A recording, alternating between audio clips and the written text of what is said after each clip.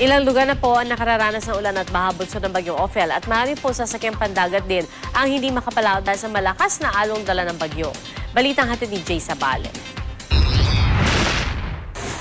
Malakas na ulan ang humagupit sa Kidapawan City. Mabilis na tumaas ang tubig sa ilog. Sa Barangay Sudapin, putika ng ilang bahay matapos malubog sa baha. Marami sa gamit ang mga apektadong residente ang di na raw mapapakinabangan.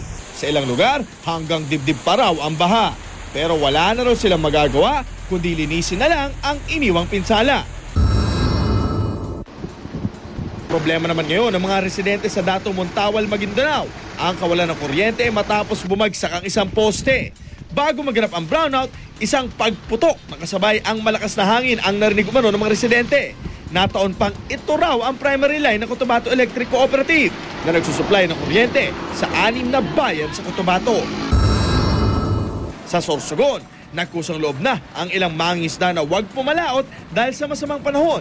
Ang mga papuntang Samar at Ticao Island, pahirapan din dahil kinakailangan pa nilang hintayin humupa ang malalakas na alon. Patuloy naman ang pag-monitor ng Philippine Coast Guard sakaling may mga ilangan ng tulong. Jay Sabale, GMA News.